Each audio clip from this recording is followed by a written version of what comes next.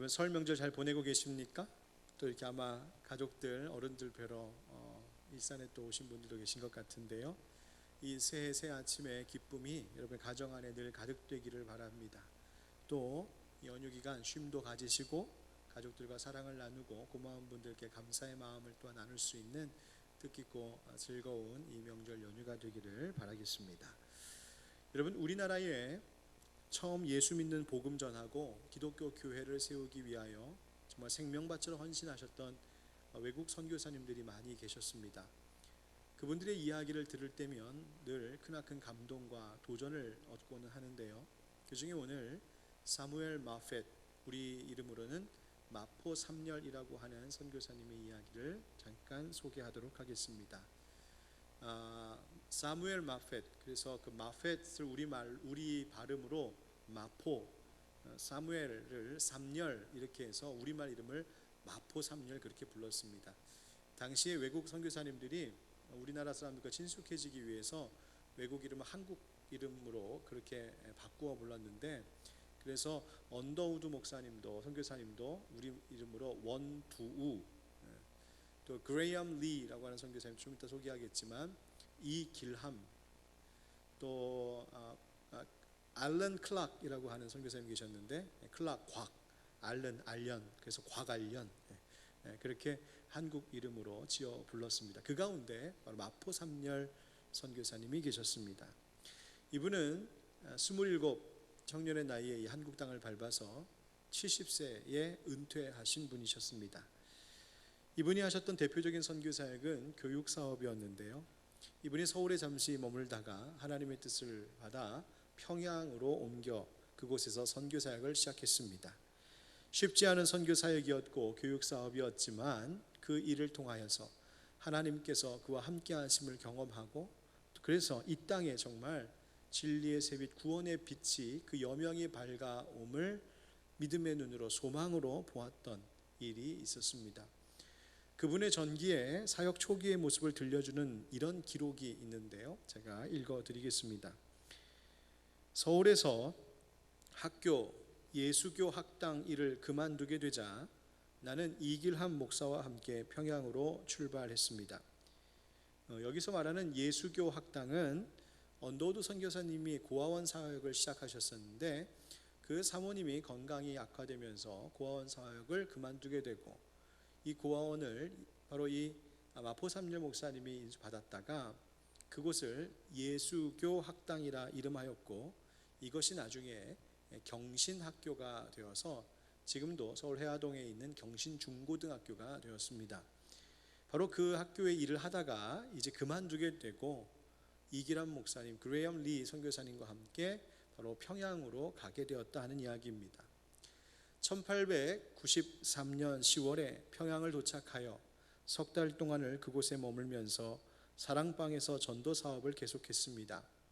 이 사랑방의 건넌방에는 한 조사 한석진과 그의 가족이 살고 있었습니다. 나는 이 사랑방에서 때를 지어 오는 방문객들을 맞아서 매일 거의 온종일 동안 복음을 가르쳤습니다. 하루 건너씩 오후에 1시간 혹은 2시간 동안 대동강변과 변두리로 다니면서 사람이 모여있는 곳을 찾아 노방전도를 시작했습니다. 서양 선교사였던 나를 보려고 찾아드는 사람은 매일 장사진을 이루었습니다. 나는 거기서 한 조사와 함께 그들의 물음에 대답하면서 예수교 진리를 가르쳤습니다. 주일날 아침에는 우리 사랑방에서 정식 예배를 드렸고, 그때에 나는 사회와 설교를 도맡아 하게 됩니다. 주일 오후에는 아이들을 위한 주일학교를 개설했고, 주일 밤에는 한 조사의 지도로 저녁 예배를 드립니다. 이것이 평양에서의 사역 보고였습니다. 평양에서의 이 선교 사역이 결코 쉬운 것은 아니었지만 그 시작을 통하여 하나님께서 장차 이루실 바로 하나님 나라 한국 교회의 부흥을 믿음의 눈으로 소망을 안고 볼 수 있었습니다. 마치 예수님께서 천국에 대하여서 비유로 말씀하실 때에 천국은 마치 겨자씨 하나를 심어 그 씨가 자라 풀이 되고 나무가 되어 공중의 새들이 그 가지에 깃드는 것과 같다라고 말씀하신 것, 바로 그 모습과 같이 한국 교회가 지금은 이렇지만 점차 부흥하고 성장하게 될 것을 마포 삼렬 목사님은 보고 있었습니다. 결국 사진으로 이제 보이는 이 그림처럼 마포삼열 선교사님은 장로회 신학대학교의 시작이었던 평양신학교를 통해 최초의 한국인 목사 7분 길선주, 방기창, 이기풍, 송인서, 한석진, 서경조, 양정백 목사님을 배출하게 됩니다. 바로 그 가운데 길선주 목사님과 같은 분이 우리가 잘 알고 있는 평양 대부흥운동의 주역이 되었던 바로 그분이시죠. 그 외에도 평양에 숭실대학과 숭실중학, 숭의여학교 등을 세워 젊은 인재들을 양성하는 일에 힘썼습니다. 이처럼 교회를 세우고 또 교육 사업에 크게 공헌했던 분이 마포 삼열 목사님이십니다. 동시에 이분은 일제에 항거하면서 독립정신, 기독교 정신을 갖춘 인재들을 양성했다는 이유로 일제로부터 정치적 혼란을 일으키는 괴수라고 지목받았습니다. 결국 1936년 신사참배 반대 혐의로 일제에 의해 강제 추방되었다가 75세 하나님의 부르심을 받게 되었습니다. 마포 삼열 목사님은 학교만 세운 것이 아니라 실제로 복음을 들고 나아가 전도하고 설교하는 일에도 열정을 갖고 있었습니다.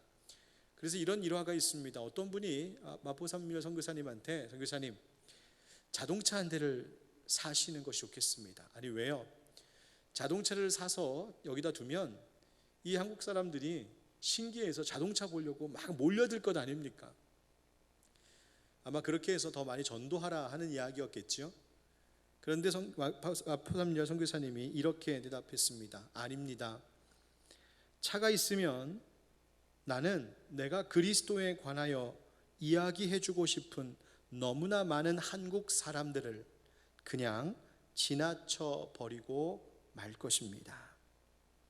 자기가 차를 사면 편하기도 하고 사람들의 이목을 끌지는 모르겠지만 내가 차 타고 다니면 사람들하고 접촉할 기회를 잃어버려서 전도할 기회를 얻지 못한다 하신 이야기였습니다. 그분의 아들이 증언한 내용입니다. 이처럼 그분의 선교 사역을 가만히 들여다보면 그분은 이 한국 땅의 하나님 나라 천국이 이루어지기를 간절히 바라면서 동시에 무엇을 중요하게 여기셨었는지를 알 수 있습니다. 그분은 바로 사람을 필요로 함을 보았습니다. 그는 복음으로 사람을 부르고 복음으로 사람들을 만나고 복음으로 사람들을 변화시켜야 한다고 믿었습니다. 이것이 이 한국 땅에 하나님의 나라가 천국이 이루어지게 하는 일이라고 여겼기 때문입니다. 그래서 사람들을 중요하게 여겨 직접 만나야 했고 직접 전도해야 됐고 젊은이들을 불러 가르치고 교육하여서 그 훈련된 기독교 인재들을 양성하고자 했던 것이죠. 당시에 우리나라 사람들이 얼마나 비도덕적이었는지를 이 마포 삼열 목사님이 보면서 이렇게 말한 것이 있었습니다. 그가 비탄을 금치 못했던 당시의 현실이 무엇이었냐면 높은 사람들이 자기의 정치적 이득을 위하여서 관료들이 자기의 딸을 관아에 소속된 기녀로 등록하는 일이 있다는 겁니다.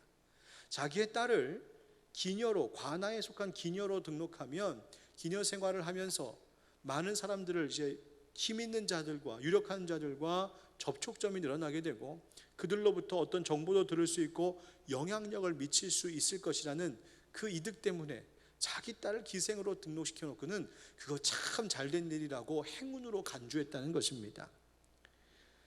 이것을 보면서 가슴 아파하던 마포 삼열 목사님 뭐라고도 말하냐면 여러 세대 동안 사람들은 그런 공개적인 부도덕성을 보며 성장하면서 그것과 너무 친숙해져서 완전히 무관심하게 되었고 그 사악함에 대한 감각이 굳어버렸습니다. 술 취함, 노름, 싸움질, 욕설, 상스러운 말, 이기심, 잔인함 등을 매일 모든 곳에서 모든 계층 속에서 악화된 형태로 보게 되며 특히 여자와 어린이들이 당하는 고통과 비참함을 생각하면 가슴이 아픕니다. 그래서 이분은 무엇보다도 이 땅, 이 나라에 사람들을 변화시켜야 된다고 생각했습니다. 그래서 회개, 죄 용서, 죄에서 구원하시는 예수 그리스도를 뜨겁게 전하고자 했던 것이죠.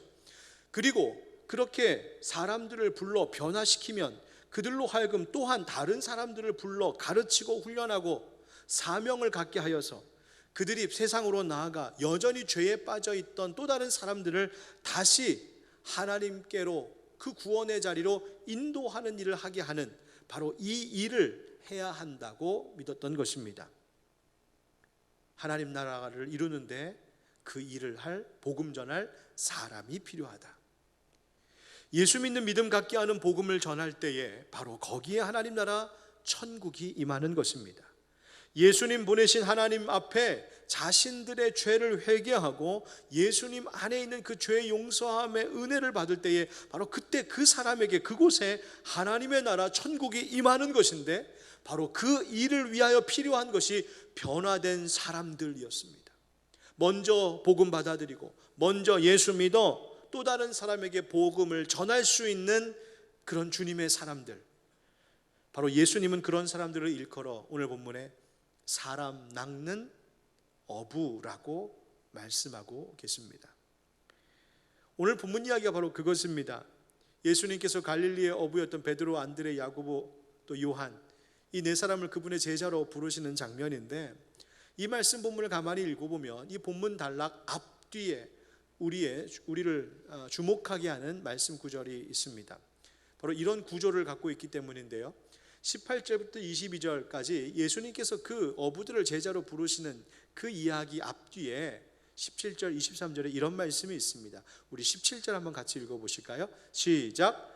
이때부터 예수께서 비로소 전파하여 이르시되 회개하라, 천국이 가까이 왔느니라 하시더라. 아멘.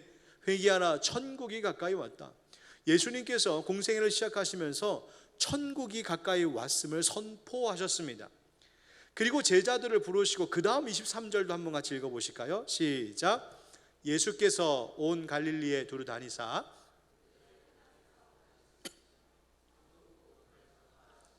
백성 중에 모든 병과 모든 약한 것을 고치시니. 아멘. 앞에도 천국 이야기이고 그 뒤에도 천국 이야기입니다. 왜요? 예수님께서 하나님 나라 복음을 전파하시고 가르치셔서 진리를 깨닫게 하는 순간 그곳은 천국이었습니다. 예수님께서 그분의 능력으로 병든 것들을 고치시고 귀신 들린 자를 낫게 하시는 그 치유의 일들을 통하여 하나님 나라를 보이셨습니다. 아, 하나님 나라는 이런 곳이구나. 병든 것도 없고 귀신 들리는 것도 없고 모든 것들을 새롭게 하시는 은혜가 있는 곳이 바로 천국이구나, 하나님 나라이구나 깨닫게 하셨습니다. 그렇게 하나님 나라 이야기로 감싸고 있는 본문이 바로 예수님께서 제자들을 부르신 이야기입니다. 사랑하는 성도 여러분, 예수님께서는 지금도 예수 믿는 우리들에게 천국을 약속하고 계십니다. 우리가 천국 하면 육신이 죽어가게 될 천국도 약속받았지만, 또 우리가 지금 살아가고 있는 이 땅에서의 삶에서도, 일상생활 속에서도 하나님은 우리가 천국의 기쁨과 평안을 누리며 살기를 원하십니다.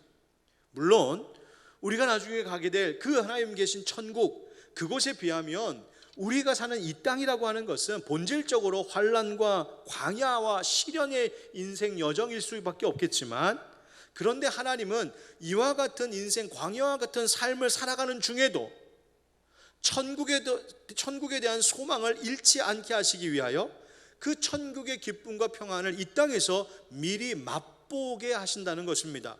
과연 어디서 우리는 천국을 미리 맛보며 살 수 있을까요? 그 첫 번째 자리가 바로 예배의 자리입니다. 예배를 통하여 하나님의 말씀을 듣고 죄의 용서함과 구원의 은혜를 재확인하고 성령님의 위로와 평안을 내가 받아 누리면서, 아, 천국이 이런 곳이겠구나, 희미하지만 천국이 바로 이와 같은 곳이겠구나 라고 경험하는 것이죠. 우리 교회에서 자주 말하는 말이 바로 이것입니다. 예배란 하늘과 땅이 맞닿는 바로 경이로운 자리가 예배라는 자리입니다. 지금 우리가 드리는 이 예배가 하늘과 땅이 맞닿아 우리가 비록 이 세상에 살고 있지만 하나님 나라의 기쁨이 무엇인지를 미리 맛보도록 해주신 복된 자리라는 것입니다. 예배의 자리가 바로 천국이 임하는 자리입니다. 뿐만 아니라 이 예배당에서의 예배만이 아니라 주님은 우리가 일상 속에서도 예배를 드리는 그 기쁨과 평안을 누리기를 원하십니다. 결국 우리의 일상 속에서도 하나님이 주시는 천국을 맛보며 살아가게 하신다는 것이죠. 여러분, 우리가 이 말을 오해하지 말아야 됩니다. 내가 일상 가운데서도 천국을 맛본다는 이 말이 예수 믿는 자라고 모든 일이 다 잘 되고 무조건 잘 되고 고통도 없고 시련도 없고 항상 성공하고 항상 대박 나는 것을 말하는 것 아닙니다. 이 세상은 예수 믿는 자 하나님의 자녀들에게도 여전히 광야와 같고 시련의 자리입니다. 그러나 하나님 자녀된 자들에게 주시는 은혜가 무엇이냐면 이 광야 같은 삶을 살아가는 동안에도 위로하시고 그 순간 도우시고 함께 해주시는 은혜가 있다는 것입니다. 바로 그것을 견디게 하시고 형통하게 하시는 은혜 있는 건 바로 성령의 위로함이 있는 것을 미리 맛보아 천국에 이런 기쁨이 있구나, 내 마음이 천국입니다, 바로 이 고백을 하게 하시는 것이죠. 또 성도들과 함께 믿음과 소망과 사랑으로 함께 손을 부여잡고 이 믿음의 길을 함께 걸어가는 행복의 여정을 느끼면서 하나님 나라가 이런 곳이구나 미리 맛보게 하신 것입니다. 우리 사랑하는 성도 여러분, 우리 하늘빛 광성교회 모든 형제 자매들과 또 이 자리에 예배하는 우리 모든 분들에게 바로 천국의 기쁨 누리는 은혜가 올 한 해 가득하길 예수님의 이름으로 축원드립니다. 아멘. 그런데요, 이와 같이 우리의 일상 속에 하나님의 나라 천국의 기쁨이 있기 위하여 꼭 필요한 것이 있으니 바로 앞서 말씀드린 그 복음을 전하는 사람, 복음에 합당하게 살아가는 사람들입니다.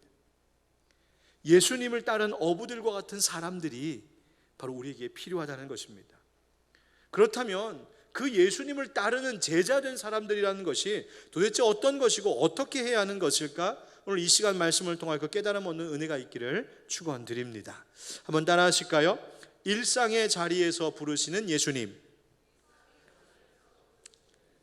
오늘의 본문 그 앞에 12절 13절에 이런 말씀이 있습니다.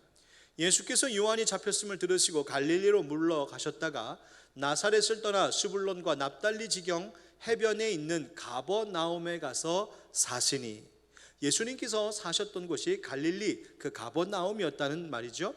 그리고 18절에 이렇게 되어 있습니다. 갈릴리 해변에 다니시다가 두 형제 곧 베드로라 하는 시몬과 그의 형제 안드레가 바다에 금을 던지는 것을 보시니 그들은 어부라. 예수님께서 제자들을 부르신 곳이 어딘가 보았더니 그곳도 갈릴리였습니다.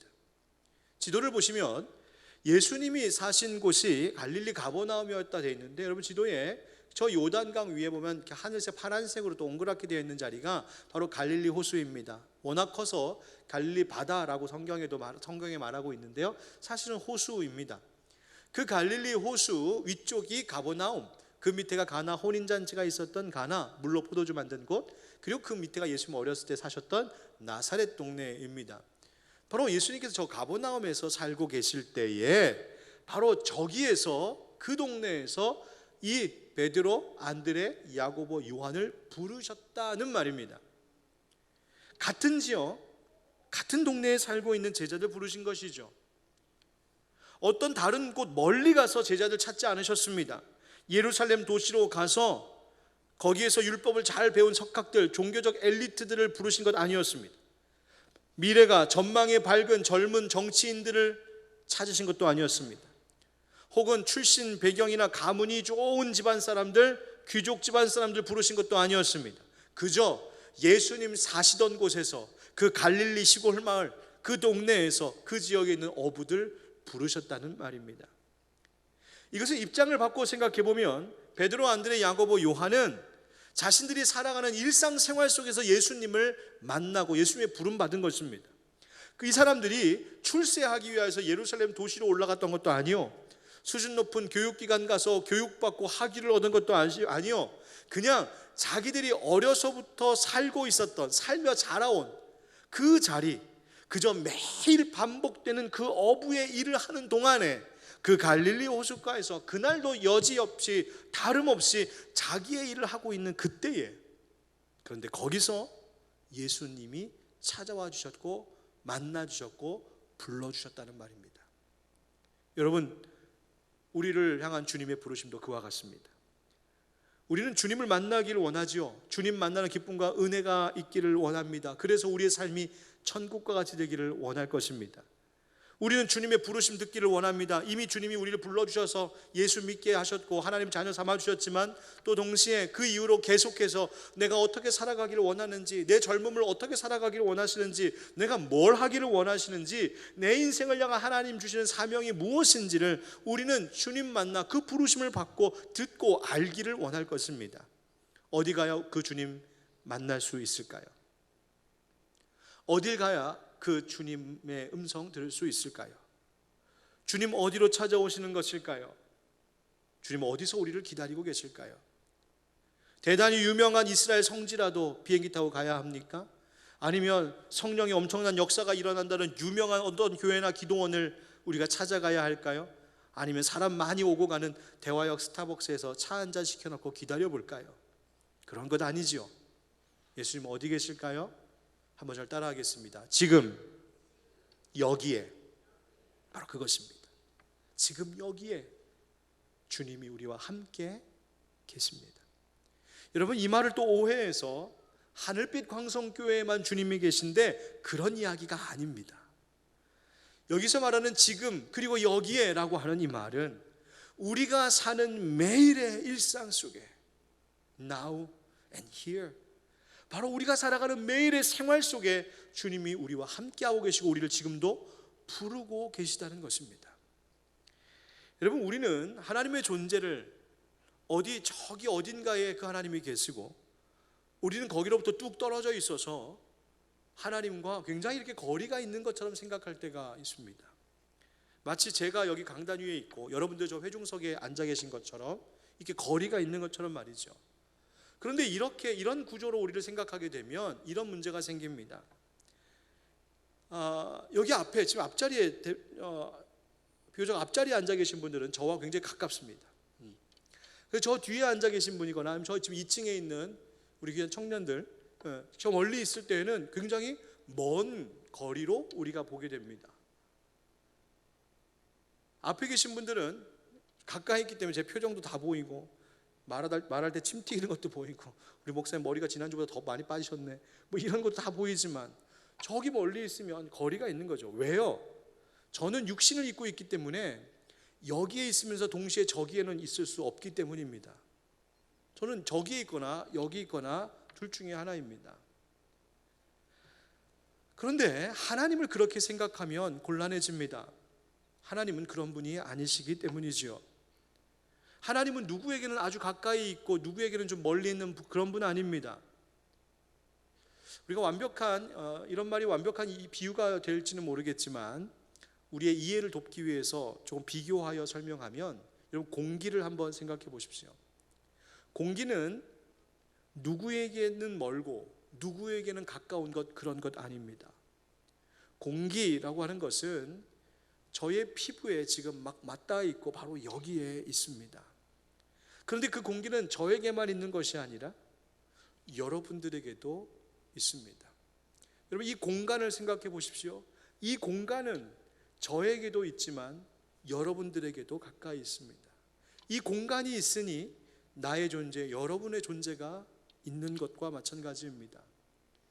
이 나를 둘러싸고 있는 이 공기, 다만 내가 입을 막고 숨을 안 쉬면 죽는 것이고 내가 입을 열고 그 공기를 하고 받아들이면 사는 것이죠. 하나님이 그와 같습니다. 하나님이 지금 바로 여기에 계십니다. 지금 주님이 누구는 부르시고 누구는 부르시지 않는 것 아닙니다. 누구와는 가까이 계시고 누구하고는 멀찌감치 떨어져 계신 것 아닙니다.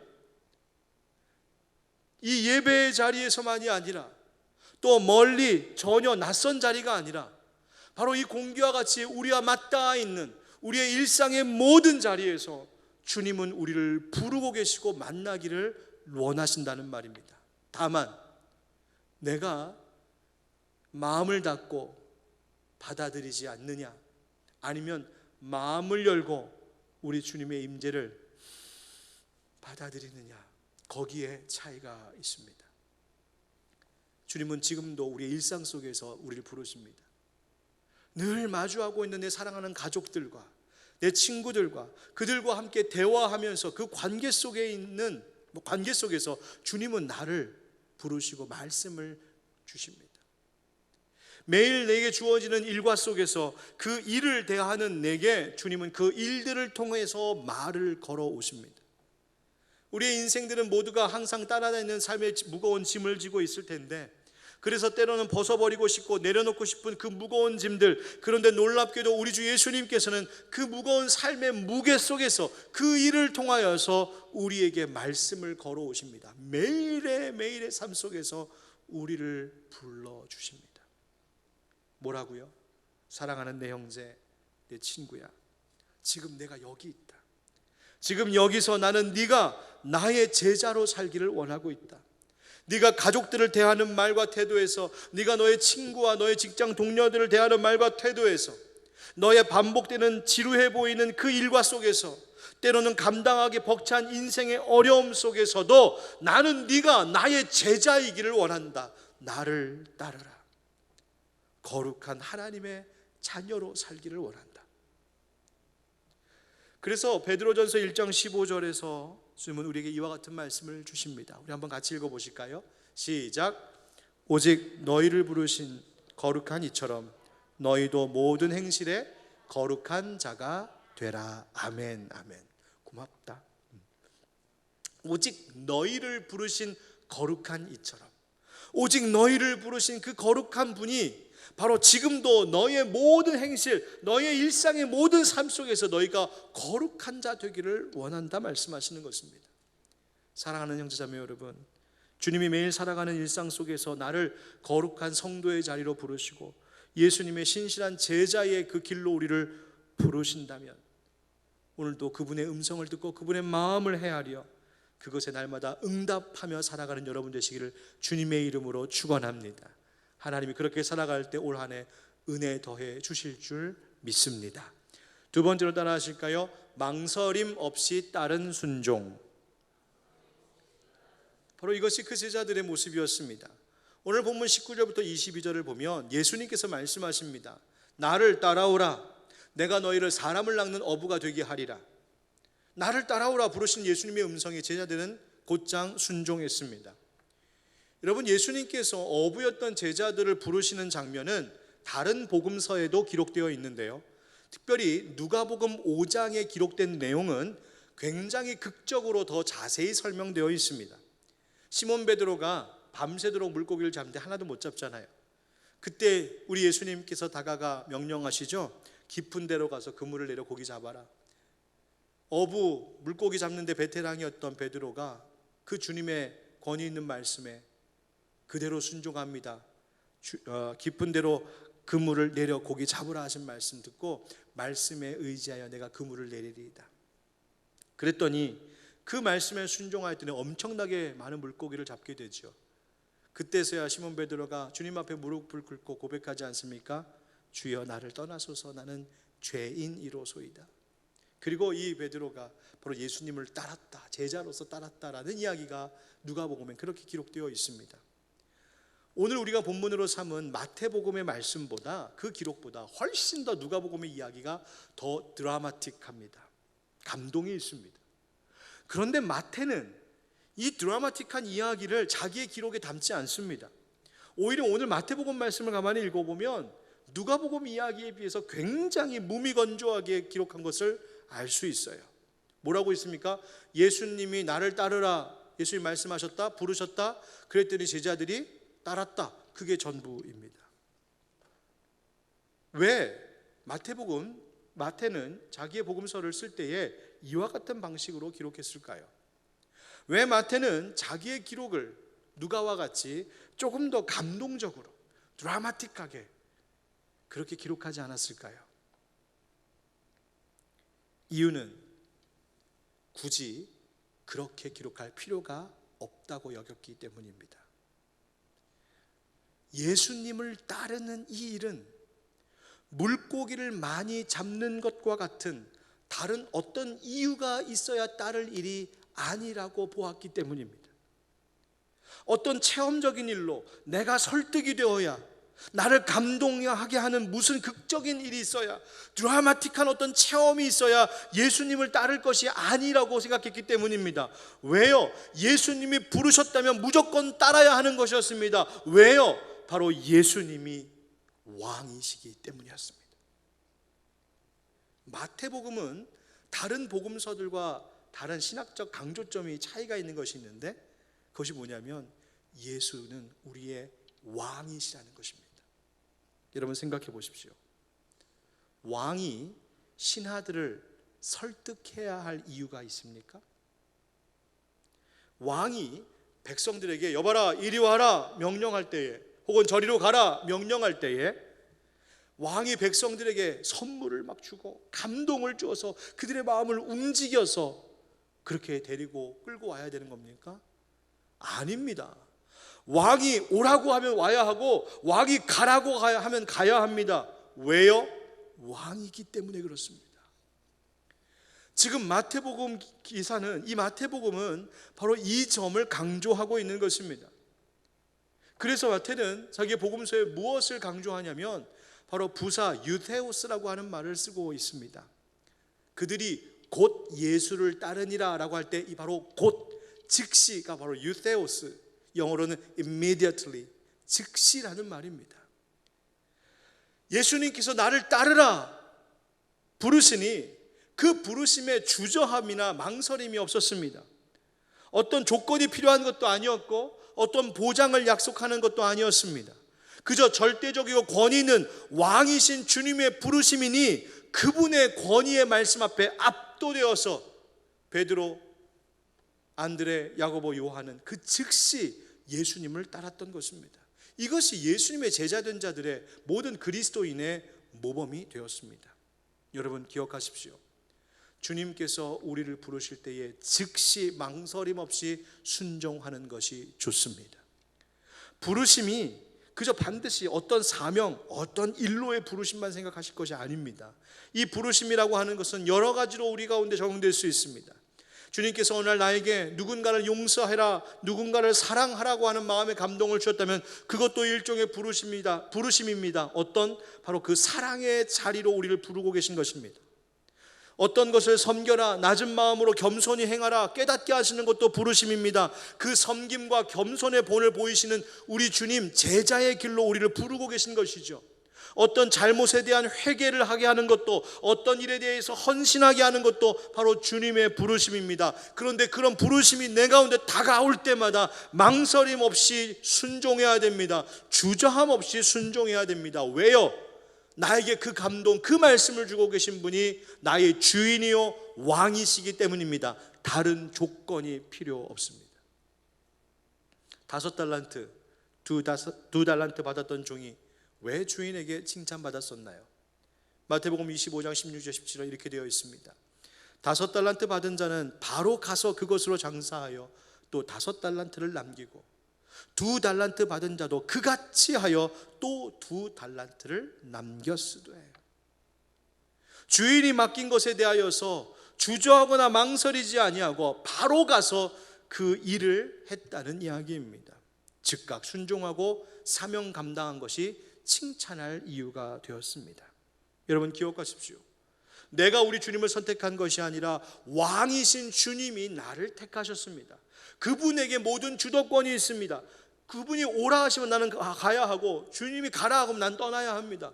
이것이 종된 자의 삶입니다. 여러분 올 한 해 하나님께서 마음에 감동을 주셔서 깨닫게 하시고 너 이렇게 해라, 이렇게 하는 것이 옳다, 주님께서 명하시고 내게 명령하셔서 순종하라 하신 것 있거든. 망설임 없이 그 부르심에 즐겨 순종할 수 있기를 축복합니다. 이사야 1장 19절 우리 함께 읽겠습니다. 시작. 너희가 즐겨 순종하면 땅의 아름다운 소산을 먹을 것이요. 아멘. 여러분 즐겨 순종하는 자들에게 올 한 해도 하나님의 모든 부르심 앞에 즉각적으로 순종하며 반응하는 충성된 자들에게 하나님께서 하늘과 땅에 아름다운 것 채워주시는 은혜 주실 줄 믿습니다. 마지막으로 따라하겠습니다. 삶의 목적이 바뀐 어부들. 20절부터 22절 말씀을 보면 제자들이 예수님께서 나를 따르라 말씀하시는 것을 듣고 그 부르심을 받자 예수님을 곧 따랐는데 그물과 배를 버려두고 따랐다 되어 있습니다. 그물과 배는 갈릴리 어부였던 이 제자들에게 삶의 전부였습니다. 그들이 생계를 유지하고 살 수 있게 했던 전부, 삶의 도구였어요. 심지어 아버지를 버려두었다고 기록하고 있습니다. 이 말이 그들이 불효자가 되었다는 뜻일까요? 그런 것이 아니라 사람의 도리를 저버렸다는 뜻이 그런 뜻이 아닙니다. 그물을 버리고 배를 버리고 심지어 아버지까지 떠나왔다라고 하는 이 말씀은 지금까지 자기를 있게 했던 그 세상의 모든 근원으로부터 떨어져 나왔다는 것을 말하고 있습니다. 지금까지 그들은 그물이 있어야 살 수 있었고 배가 있어야 살 수 있었습니다. 그래서 거기서 얻은 물고기로 필요한 것들을 얻으며 생계를 유지해 왔습니다. 그의 아버지가 계셨고 가정이 있어서 그들이 존재했습니다.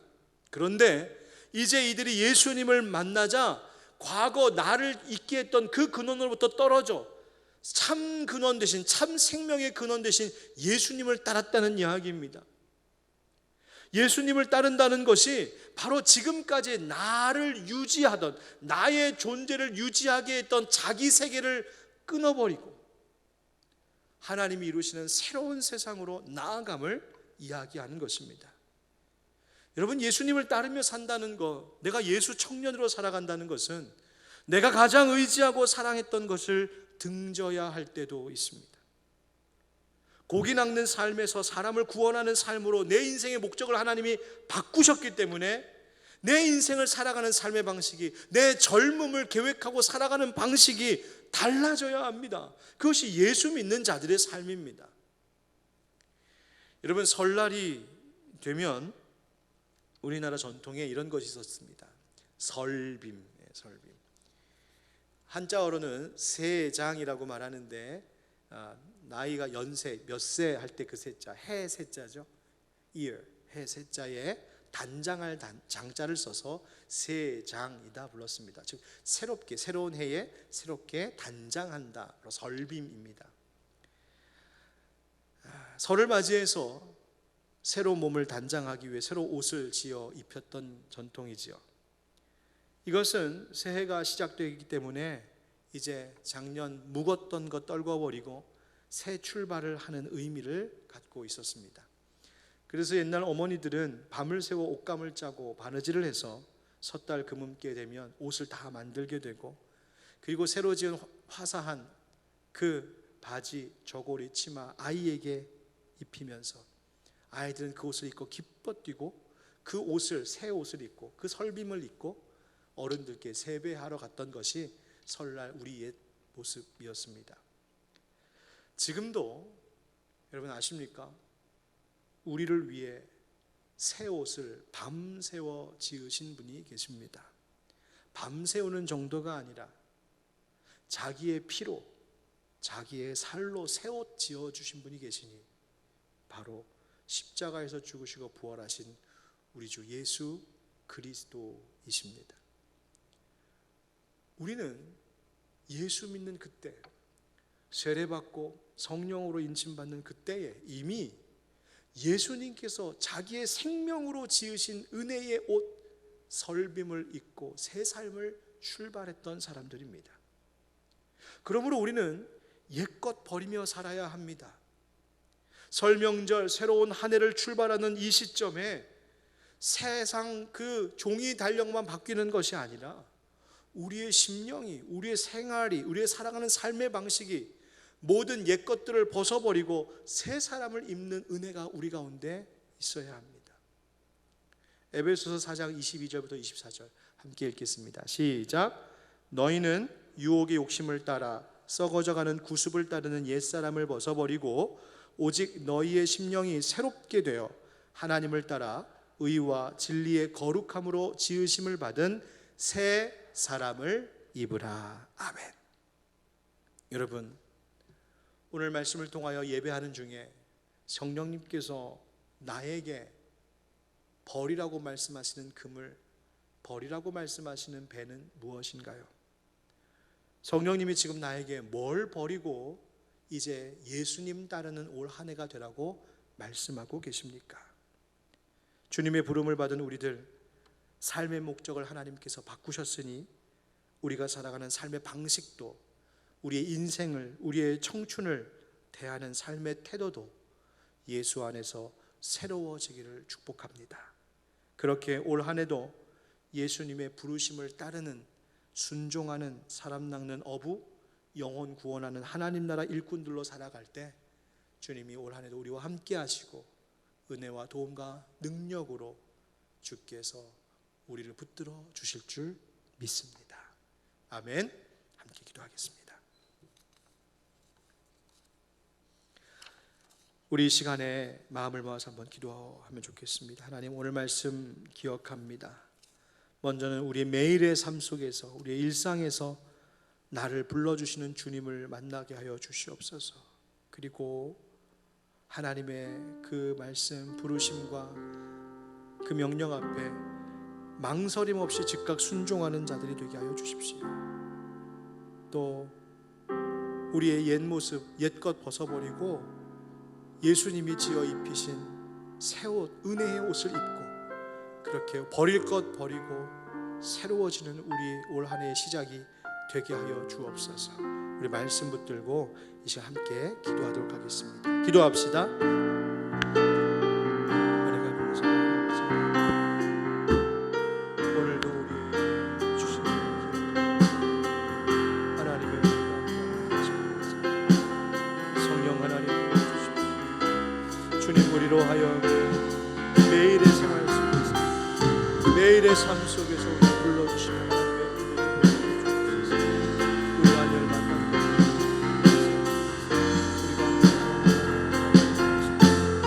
주님의 사랑하심을 불러주시옵소서. 듣게 하여 주십시오. 들을 때에 즉각 순종하는 믿음을 허락하여 주옵소서. 하나님, 주저하지 않고 말씀하시는 것들, 내게 주신 도전들에 대하여 즉각 순종할 수 있는 깨어있는 믿음, 성령 충만한 은혜를 허락하여 주옵소서. 아버지, 주님, 이제는 우리가 나 자신을 위한 것이 아니라 하나님 나라 위해 살게 해주시고 삶의 목적을 바꾸셔서 삶의 태도와 삶의 방식의 원리가 바뀌어지는 것을 하여 주옵소서. 새 옷 입게 하여 주옵소서.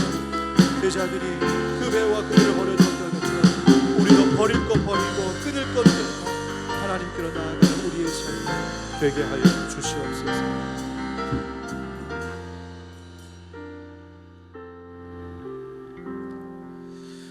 오늘도 우리를 부르고 계신 주님, 오늘 말씀을 통하여 주님의 마음, 주님의 뜻을 다시금 깨닫고 헤아리게 하심을 감사합니다.